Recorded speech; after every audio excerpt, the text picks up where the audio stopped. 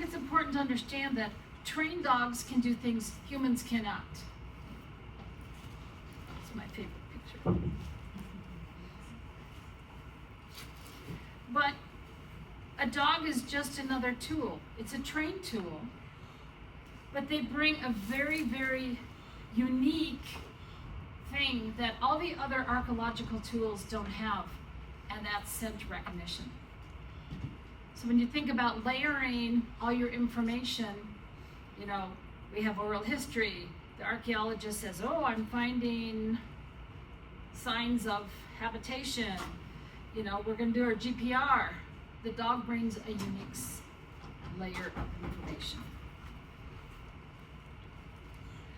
So our focus, most of the work we do is pre-construction sites. I don't know, California, we're building. I don't know about you guys, but we're building. And these are areas that are suspected to have native burials or no native burials. Finding cemetery boundaries, finding unmarked graves. We work between 40 and 50 projects a year, and that sometimes it's a one-day project, someday it's a 10-day project. Average, we do about 75% of our projects are native burials, related somehow or another to native burials. Okay, I looked at Lisa's thing and It's the same photo. it's the same slide, but it's a good picture. That's because it's your dog. I know it's my dog. So I call it new archaeology. You know, when my buddy Russ started off in archaeology, it was a different world. Archaeology has changed incredibly.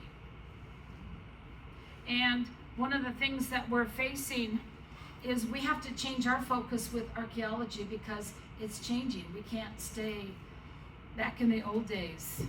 We're being asked to do different kinds of searches.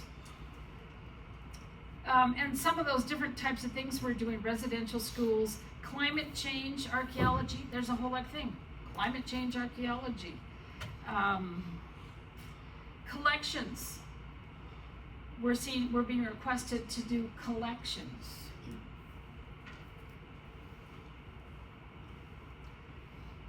So 30 years have passed since NAGPRA, which is the Native American Graves Protection and Repatriation Act, which requires federal agencies to repatriate Native American remains and funerary items. 30 years. In 2024, federal law improved and clarified NAGPRA. The process is not finished for many reasons. It's complicated.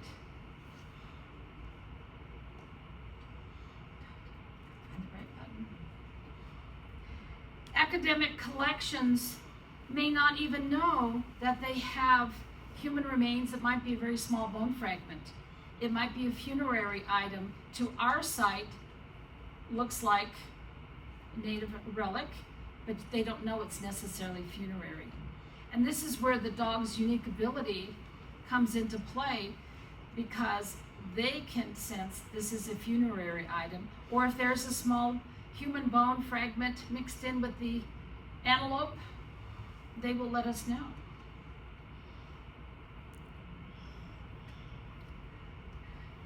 Climate change, like I said, there's new terminologies. Climate change archaeology.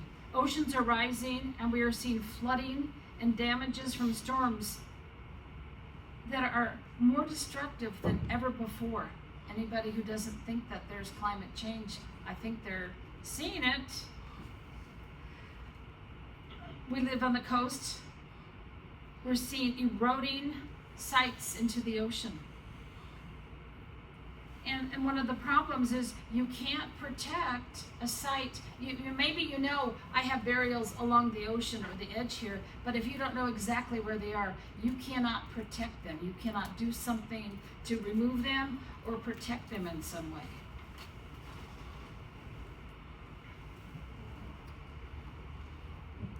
So also sea levels are rising. We're seeing flooding. And it's important, like I said, it's important with the flooding. It's just like all this, you have to know where the sites are if you want to protect them. That site, that picture's in Texas, Russ. I was whispering to Russ. So another thing that we are being requested to do is soil, checking soils. And we see a lot of soils, like in construction sites, they're digging, they're lowering areas, and these are known sites or suspected sites.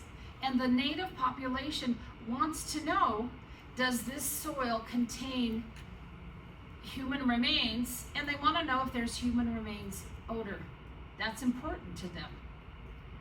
We just did a project, which you'll see more pictures on, where they did a tunnel boring, horizontal, that they went through known native sites, so go close to known native sites. But they thought they would miss it, but their agreement with the natives was, we want samples taken. So this machine, they can tell how deep it's going and how far it's gone laterally. It's very complex.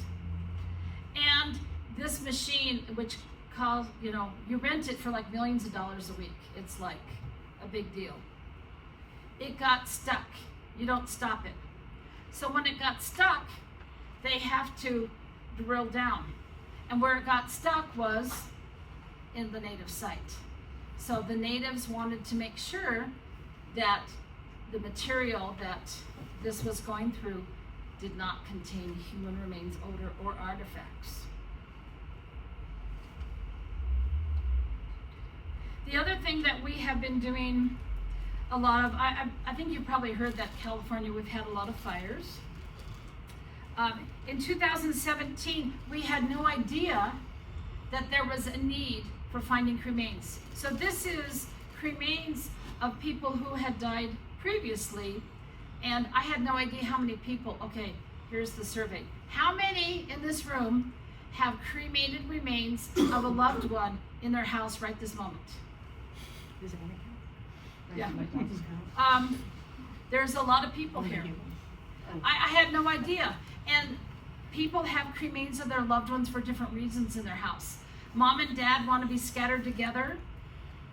Mom's still alive, we're waiting, and then but the number one reason why people have cremains, who plan on spreading them, is all the children could not agree on when and where to scatter them. 20 years, I can't tell you how many times this is the story. 20 years have happened, and now they feel extremely guilty because your house is on fire, you have 5 minutes to leave, what are you gonna take? I'm gonna take my purse, my dog, my cats, maybe a coat in my car. My husband, thank you. And I actually did, when Lisa and I, where we live, we had a fire coming towards us, and because we had worked so many other fires, I was like, I know what this is gonna look like. That's a whole other story. And I decided to leave my mom. I said, I'll come find you. We didn't burn up.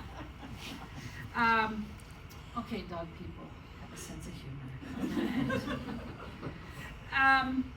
So we knew our dogs could find cremated remains because we do a lot of the prehistoric, pre-contact, even some historic tribes cremated their bodies. So we were very comfortable with this. And in 2017, a friend of a friend, an archaeologist, somebody said, hey, I left my parents in the house. Is there any way to find them? And the archaeologist went, let me look into it. And he talked to another archaeologist, and she said, call the dogs, which started our group that has been formed called ALTA, Heritage Foundation, where it's a volunteer group. We have archaeologists, trained archaeologists, and dogs. We pair them together, and we were going through these fires. It's all voluntary. Archaeologists, dogs. How can you... People have lost everything, and all they have is this much of ash and a few things in their house, and all they want is the cremated remains of their loved ones. That's all they want. And we have, at this point, returned over 400 sets of cremains to people. They think I'm going to find the urn. The urn is gone. Whatever it is, it's gone. So this is, like I said, and this is on our mind because we are still doing rounds in Los Angeles right now. But this is another interesting, who knew this would be a needed tool for modern day climate change. One of the things, everybody who has gone through this process of helping people, and I encourage you, if anybody wants, archaeologist wants to volunteer, this is probably some of the most meaningful work you'll ever do. You can't go to a site and work with these families without everybody in tears and hugs and parties and lifelong friends. It's an incredible to be able to give them back their loved ones. So I just wanted to share that because it's a very unique, who knew we'd be doing cremains recovery.